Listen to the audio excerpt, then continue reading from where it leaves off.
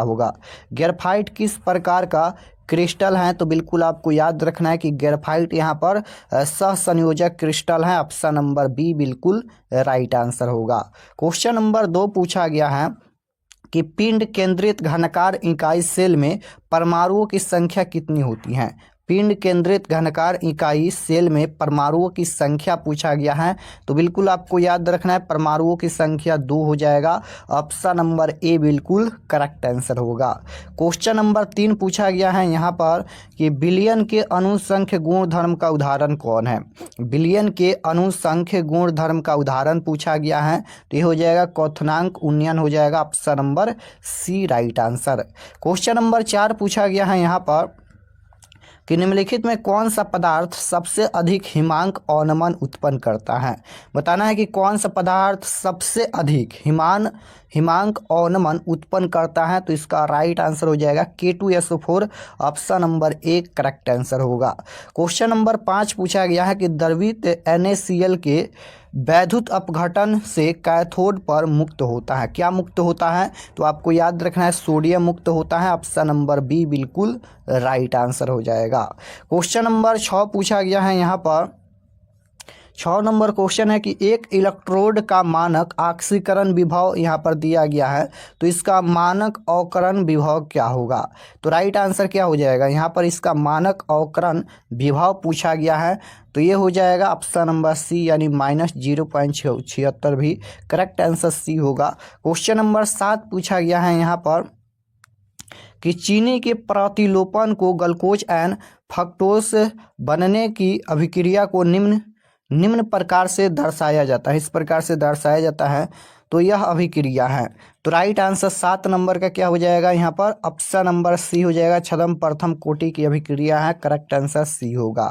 Question number 8 पूछा गया है यहाँ पर कि किसी अभिक्रिया का वेग निम्नांकित प्रकार से व्यक्त होता है। वेग यहाँ पर ये दिया गया है। इस अभिक्रिया की कोटि क्या होगा?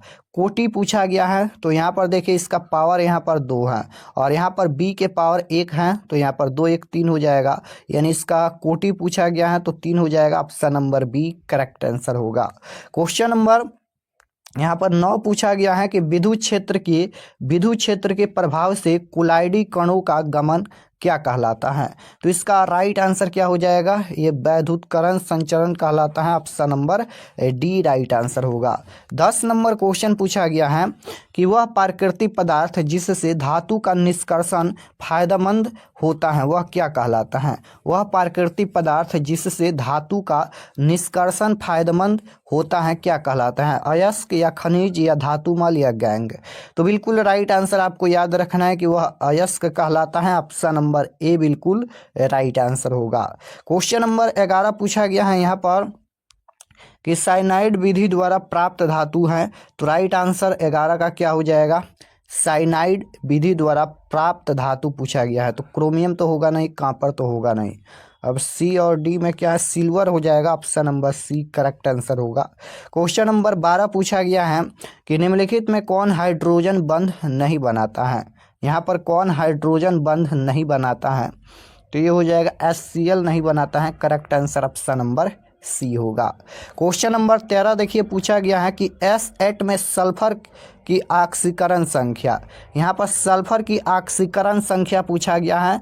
तो सल्फर की ऑक्सीकरण संख्या क्या होता है? 0 हो जाएगा। यहाँ पर इसमें S8 में सल्फर की ऑक्सीकरण संख्या 0। क्वेश्चन नंबर 14 पूछा गया है कि निम्नलिखित यौगिकों में सबसे प्रबल अम्ल कौन है? निम्नलिखित यौगिकों में सबसे प्रबल अम्ल कौन है? तो ये हो जाएगा HI। Option number D right answer होगा। क्वेश्चन नंबर 15 देखिए पूछा गया है। 15 नंबर क्वेश्चन है गोताखोरी में शोषण हेतु यंत्रों में किन गैसों का मिश्रण प्रयुक्त होता है?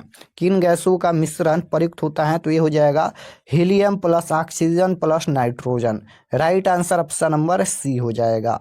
क्वेश्चन नंबर 16 पूछा गया है कि संक्रमण तत्वों का स्थान आवर्त सारणी के अंतर्गत है। S ब्लॉक में, P ब्लॉक में या D ब्लॉक में या F ब्लॉक में?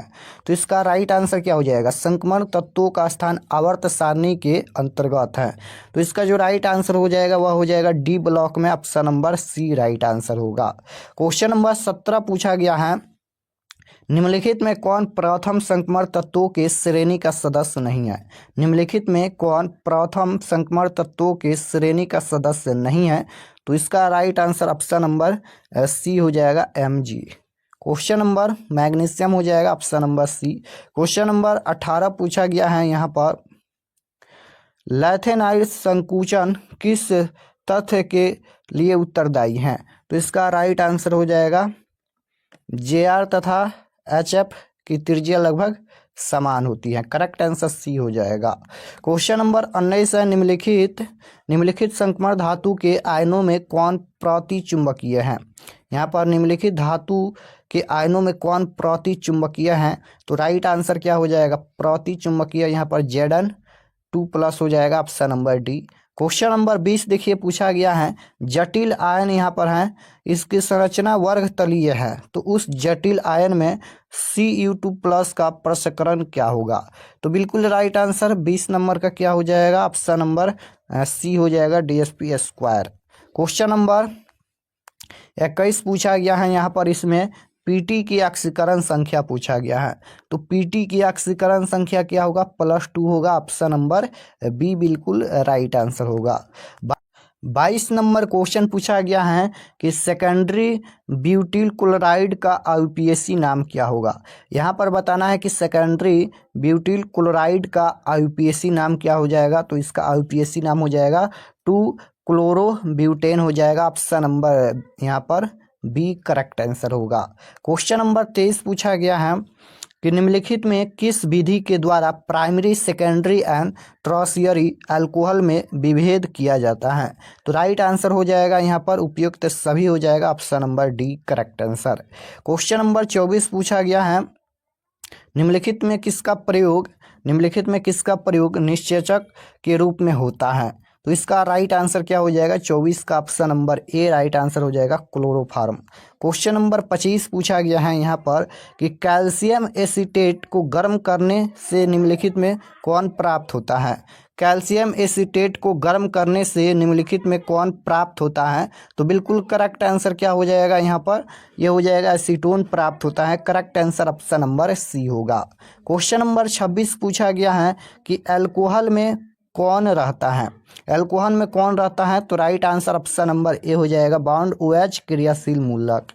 क्वेश्चन नंबर 27 पूछा गया है कि निम्नलिखित में कौन एल्डिहाइड और कीटोन में विभेद कर सकता है? तो इसका राइट आंसर क्या हो जाएगा यहाँ पर? हेलिंग विलियन ऑप्शन नंबर ए हो जाएगा। क्वेश्चन नंबर 28 पूछा गया है कि प्राइमरी एमीन का क्रियाशील मूलक निम्नलिखित में कौन है? तो प्राइमरी एमीन का क्रियाशील मूलक इनमें कौन हो जाएगा? तो यहाँ पर ऑप्शन नंबर बी हो जाएगा। क्वेश्चन नंबर 29 पूछा गया है कि तनु एन अल्प क्षारीय KMnO4 के घोल को कहा जाता है? तो इसका राइट आंसर हो जाएगा बेयर अभिकर्मक option number C right answer हो जाएगा। 30 नंबर क्वेश्चन है कि फिनॉल को जस्ता के चूर्ण के साथ उबालने पर निम्नलिखित में क्या बनता है? तो ये हो जाएगा बेंजीन बनता है। Correct answer option number C हो जाएगा। क्वेश्चन नंबर 31 है कि कार्बोक्सिल अम्लों का क्रियाशील मूलक कौन है? तो कार्बोक्सिल अम्लों का क्रियाशील मूलक पूछा गया है, तो ये हो जाएगा bond COOH option number C right answer होगा। 32 नंबर क्वेश्चन देखिए पूछा गया है कि एक कार्बनिक यौगिक की अभिक्रिया यहाँ पर दिया गया है NaHCO3 के संतृप्त जलीय विलयन से कराने पर फदफदाहट होती है, निम्न में से वह कौन सा यौगिक है? तो ये हो जाएगा एसिटिक अम्ल option number C right answer होगा। क्वेश्चन नंबर 33 पूछा गया है कि ईस्टर को निम्नलिखित में किस सूत्र से व्यक्त किया जाता है? ईस्टर को निम्नलिखित में से किस